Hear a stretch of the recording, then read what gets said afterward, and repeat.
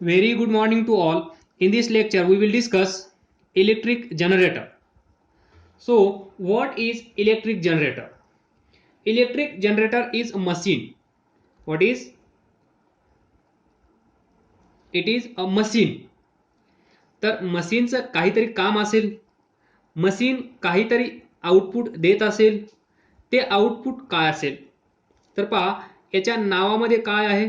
Electric generator म्हणजेच electricity generate करत असेल असं आपल्याला दिसून येत आहे. तर ते दिसूनच येऊ देऊ नका, तेच त्याचं काम आहे.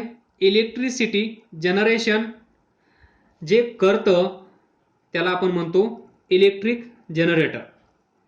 म्हणजेच it is device or it is a machine which is used for producing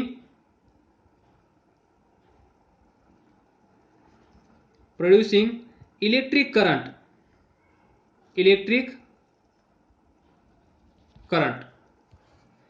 त्यालाच आपण म्हणतो इलेक्ट्रिसिटी. बरोबर. Electric generator is machine which is used for producing electric current or electricity is called as electric generator. तर पहा इथे electricity generate करायची आहे. Electricity generate करायची असेल तर हे जे इलेक्ट्रिक जनरेटर आहे हे काय करतं पहा. इलेक्ट्रिक जनरेटर एका एनर्जीचं दुसऱ्या एनर्जीमध्ये कन्वर्ट करतं. आपल्याला माहित आहे law of conservation of energy. One form of energy that is conversion of one form of energy into another form of energy. तर हे इलेक्ट्रिक जनरेटर तेच काम करतं. Electric generator converts mechanical energy. Which energy? Mechanical energy into electric energy.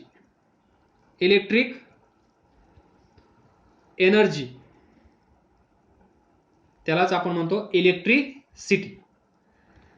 तर याचं काम काय असेल?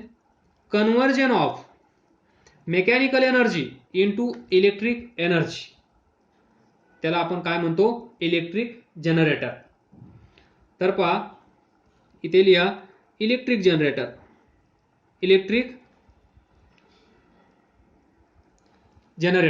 आलं लक्षात? देन असे भरपूर सारे आपल्याकडे इलेक्ट्रिक जनरेटर आहेत. तर त्यापैकी जे सर्वात लहान जनरेटर असेल त्याला आपण काय म्हणतो? Dynamo. A small generator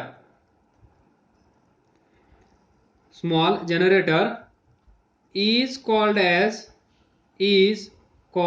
as dynamo. हे तुम्ही पाहिलं असेल, ऐकलं पण असेल, सायकल मध्ये असतं. तर small generator is called as dynamo. For example, ही जी सायकल आहे दिस,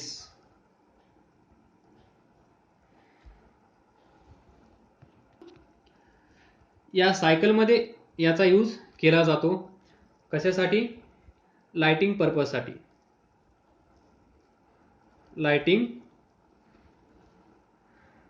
साठी. इलेक्ट्रिसिटी जनरेट होणार. त्या इलेक्ट्रिसिटीचा यूज आपण कशासाठी करतो? इलेक्ट्रिक बल्ब चालवण्यासाठी, ऑन करण्यासाठी, लाईट एनर्जी घेण्यासाठी. That is lighting purpose. Is called as, याला आपण म्हणतो bicycle dynamo. Which dynamo? Bicycle dynamo. This is also one form of generator, that is electric generator. Then basic principle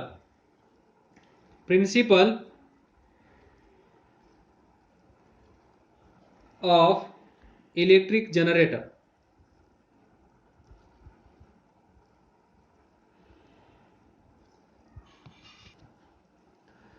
तर principle of electric generator discuss करून झाला आहे. काय आहे basic principle हेच असेल, ही मेकॅनिकल एनर्जी असेल, त्या मेकॅनिकल एनर्जीचं कन्व्हर्जन आपल्याला इलेक्ट्रिक एनर्जीमध्ये करायचं आहे, तेच बेसिक प्रिन्सिपल असेल. पण आपण हे कोणत्या चॅप्टरमध्ये पाहत आहोत त्यानुसार थोडासा अंदाज लावण्याचा प्रयत्न करा. हे काय असेल, इथे काय होत आहे, इलेक्ट्रिसिटी जनरेट होत आहे. कशामुळे? Electromagnetic induction. इलेक्ट्रोमॅग्नेटिक इंडक्शन म्हणजेच काय, इलेक्ट्रिसिटी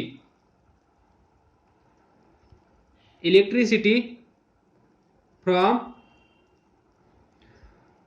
मॅग्नेटिझम.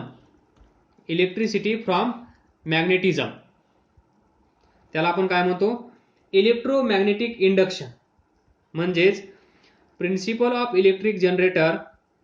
तर पहा, electric generator is an example or electric generator is an application of electromagnetic induction. This is application of electromagnetic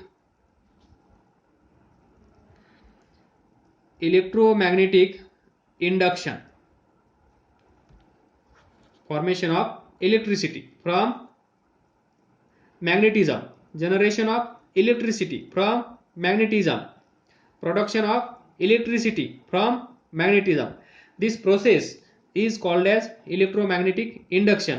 आणि याच प्रोसेसचा यूज करून आपण इलेक्ट्रिसिटी जनरेट करत आहोत by using this electric generator. म्हणून आपण म्हणू शकतो this electric generator is an application of electromagnetic induction. Next, electric generator works on principle, that is principle of electric generator is when आपण पाठीमागे पाहिलं पहा, हा मॅग्नेट असेल, हा मॅग्नेट असेल, हा नॉर्थ पोल, हा south pole. This is a direction of magnetic field from north to south. जर याच्यामध्ये कंडक्टर असेल तर, आणि या कंडक्टरला जर आपण मोशन दिली, व्हॉट मोशन, म्हणजे याला अप अँड डाऊन डायरेक्शन मध्ये जर मोशन दिली तर याच्यामध्ये काय तयार होत होतं, करंट. हेच आहे याचं basic principle of electric generator. म्हणजेच when straight conductor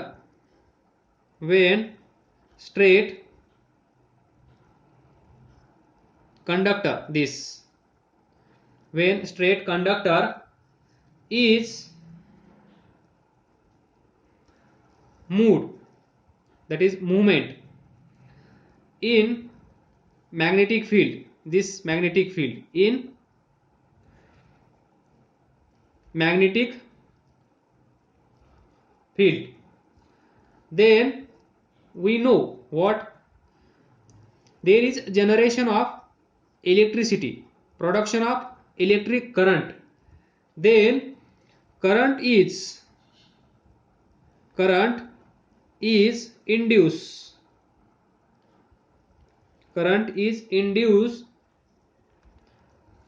in conductor.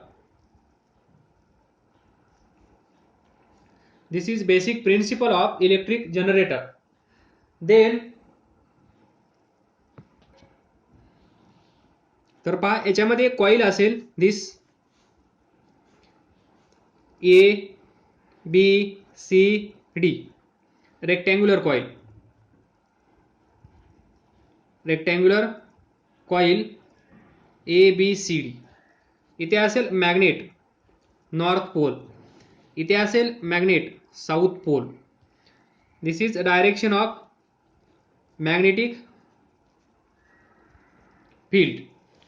For formation of electricity, generation of electricity or production of electricity, we need what? Number 1, magnetic field. Number 2, motion of conductor here coil. जे conductor आपण discuss करतो, दिस conductor, या कंडक्टरच्या जागेवर आपण इथे electric जनरेटरमध्ये ही coil घेतली आहे, ABCD रेक्टँग्युलर कॉईल. तर पहा, हीच डायग्राम मी इथे अशी ड्रॉ केली आहे. फक्त इथे स्ट्रेट कंडक्टर होता, या स्ट्रेट कंडक्टरच्या जागेवर रेक्टँग्युलर कॉईल घेतली. आणि आपल्याला माहित आहे, जर आपल्याकडे मॅग्नेटिक फील्ड असेल, अवेलेबल आहे, मोशन ऑफ कंडक्टर म्हणजेच दिस कॉईल, या कॉईलला जर आपण मोशन दिली तर काय होतं, याचा रिझल्ट काय आहे, जनरेशन और प्रोडक्शन ऑफ इलेक्ट्रिसिटी. हे आपल्याला माहित आहे, ऐकून ऐकून तुम्हाला बोर झाला असेल आणि त्याचप्रमाणे पाठ पण झाला असेल. तर पहा, म्हणजेच या दोन मॅग्नेटच्या मध्ये हा कंडक्टर ज्यावेळेस आपण मूव्ह केला त्यावेळेस या कंडक्टर मधून इलेक्ट्रिसिटी फ्लो झाली. त्याचप्रमाणे या दोन मॅग्नेटच्या मध्ये ही कॉईल जर आपण मूव्ह केली, या कॉईलला जर मोशन दिली, तर या कॉईल मध्ये पण इलेक्ट्रिक करंट फ्लो होतो. आणि त्यालाच आपण म्हणतो जनरेशन ऑफ इलेक्ट्रिसिटी और प्रोडक्शन ऑफ इलेक्ट्रिसिटी.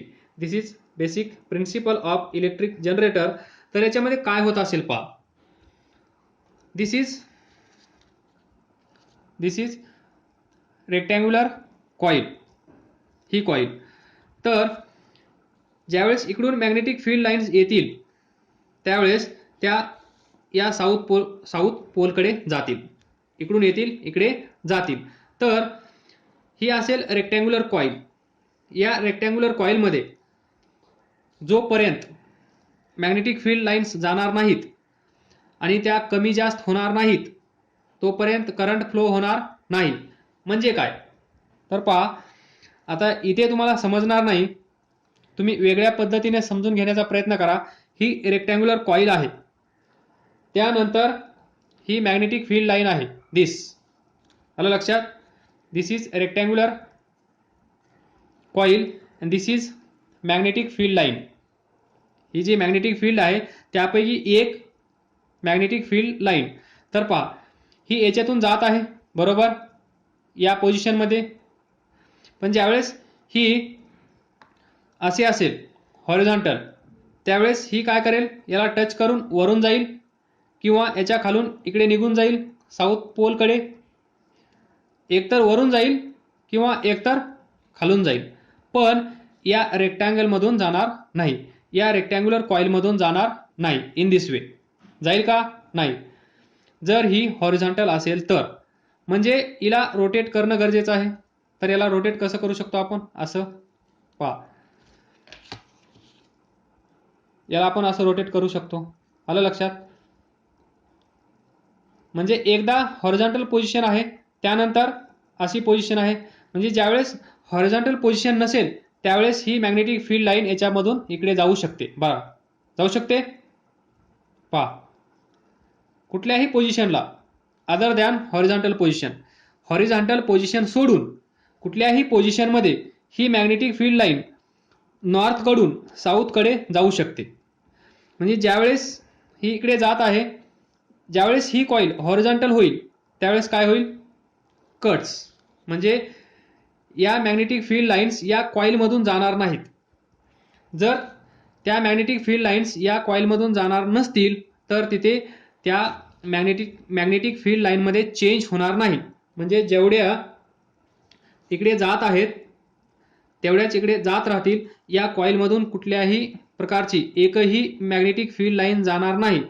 जोपर्यंत या कॉईलमधून मॅग्नेटिक फील्ड लाईन जाणार नाही तोपर्यंत करंट फ्लो होणार नाही. म्हणजेच या कॉईलला हॉरिझॉन्टल पोझिशन पासून दुसऱ्या पोझिशनमध्ये आणणं गरजेचं आहे. म्हणूनच आपण या कॉईलला मोशन देत असतो, हॉरिझॉन्टल पोझिशन पासून व्हर्टिकल, नंतर व्हर्टिकल पासून हॉरिझॉन्टल, हॉरिझॉन्टल पासून परत व्हर्टिकल, व्हर्टिकल पासून परत हॉरिझॉन्टल. या प्रोसेसमध्ये काय होईल, या मॅग्नेटिक फील्ड लाईन्स याच्यामध्ये जातील आणि त्या कमी जास्त होतील. कमी जास्त म्हणजे काय, तर पहा, पाऊस पडत आहे असं कन्सिडर करा.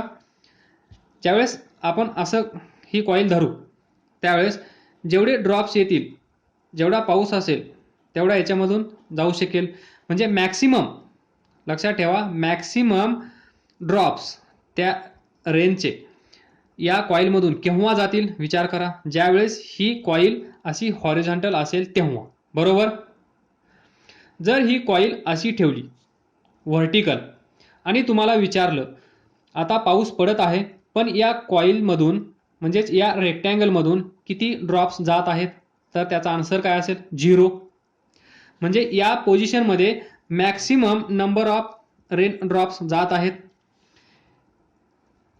या पोझिशनमध्ये minimum number of that is 0 drops जात आहेत, कारण एकही ड्रॉप या रेक्टँगलमध्ये घुसणार नाही. जर हा रेक्टँगल असा असेल आणि तुम्हाला सांगितलं याच्यातून किती ड्रॉप्स जात आहेत, किती रेन ड्रॉप्स जात आहेत, तर तुम्ही सांगू शकता मॅक्सिमम जातील या पोझिशनला. आणि नंबरमध्ये सांगायचं असेल तर काउंट करत बसावं लागेल, तर तो पार्ट वेगळा आहे. म्हणजे मॅक्सिमम यावेळेस जातात हे तुम्हाला कळलं आणि व्हर्टिकल अशी असेल त्यावेळेस मिनिमम जातात हे कळलं. पण व्हर्टिकल सोडा, ही हॉरिझॉन्टल पोझिशन सोडा, याच्यामधल्या भरपूर साऱ्या पोझिशन्स आहेत. आलं का लक्षात?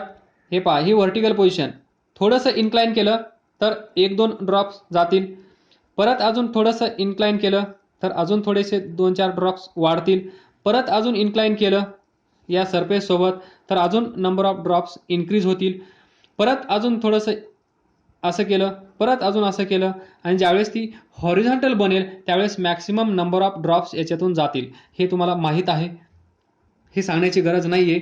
तर इथे तुम्ही असं इमॅजिन करा की जे रेन ड्रॉप्स आहेत ते म्हणजेच मॅग्नेटिक फील्ड लाईन्स आहेत असं कन्सिडर करा. आणि मग विचार करा या पोझिशनमध्ये या रेक्टँग्युलर कॉईलमधून किती मॅग्नेटिक फील्ड लाईन जात असतील. जर वरून येत असतील जे रेन ड्रॉप्स आहेत तेच आपल्यासाठी मॅग्नेटिक फील्ड लाईन्स आहेत असं कन्सिडर करा, तर या पोझिशनला त्याच्यातून 0 जात असतील. बरोबर. ज्यावेळेस याला थोडंसं असं इन्क्लाइन करतो त्यावेळेस 2 जात असतील, परत त्याला थोडंसं आपण इन्क्लाइन केलं जास्त तर 4 जातील, परत अजून इन्क्लाइन केलं तर 10 जातील, आणि हॉरिझॉन्टल बनवल्यानंतर maximum number of rain drops त्याच्यातून जातील. म्हणजेच maximum number of magnetic field lines याच्यातून पास होतील या हॉरिझॉन्टल पोझिशनमध्ये, जर त्या व्हर्टिकली येत असतील तर. म्हणजे व्हिडिओमध्ये तुम्ही पाहत असाल ना त्यावेळेस from this to this he असेल मॅग्नेटिक फील्ड लाईन. पहा, या कॉईलमधून जाऊ शकते पण या पोझिशनमध्ये ती कॉईलमधून जाऊ शकत नाही. एकतर त्याला टच करून जाईल किंवा दूरवरून जाईल, या साईडने टच करून जाईल किंवा इकडून दूरवरनं जाईल, पण या कॉईलमधून ती जाणार नाही. हे लक्षात ठेवा.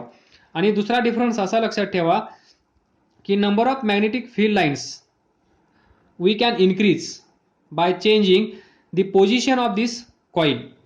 आलं लक्षात? या पोझिशनमध्ये 0, या पोझिशनमध्ये 2, या पोझिशनमध्ये 10, या पोझिशनमध्ये 100. आलं लक्षात? In this way we can increase और decrease the magnetic field lines passing through this rectangular coil. ते आपण डिटेल्समध्ये पाहूया. फक्त बेसिक प्रिन्सिपलमध्ये एवढंच लक्षात ठेवा, या कॉईलमधून जाणाऱ्या मॅग्नेटिक फील्ड लाईन्स कमी जास्त करता येतात, आणि ज्यावेळेस त्या मॅग्नेटिक फील्ड लाईन्स आपण कमी जास्त करतो त्याच वेळेस इलेक्ट्रिसिटी जनरेट होते. जर त्या मॅग्नेटिक फील्ड लाईन्स कमी जास्त नाही झाल्या तर इलेक्ट्रिसिटी जनरेट होत नाही. हे कृपा करून लक्षात ठेवा. त्यालाच आपण असं लिहितो, व्हेन कॉईल रोटेट. आता तुम्हाला सर्व इमॅजिन होईल. व्हेन कॉईल रोटेट, इमॅजिन करा कॉईल रोटेट होत आहे त्यावेळेस काय होईल? Number of magnetic field lines increase होतील किंवा डिक्रीज होतील. दोन्ही ऑप्शन आपल्याकडे अवेलेबल आहेत. When coil rotates it cuts what? It cuts what? Magnetic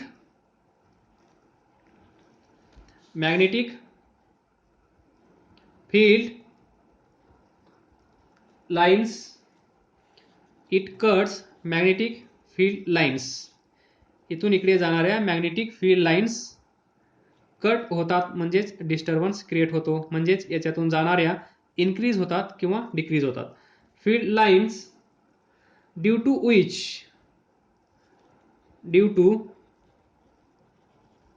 which there is a current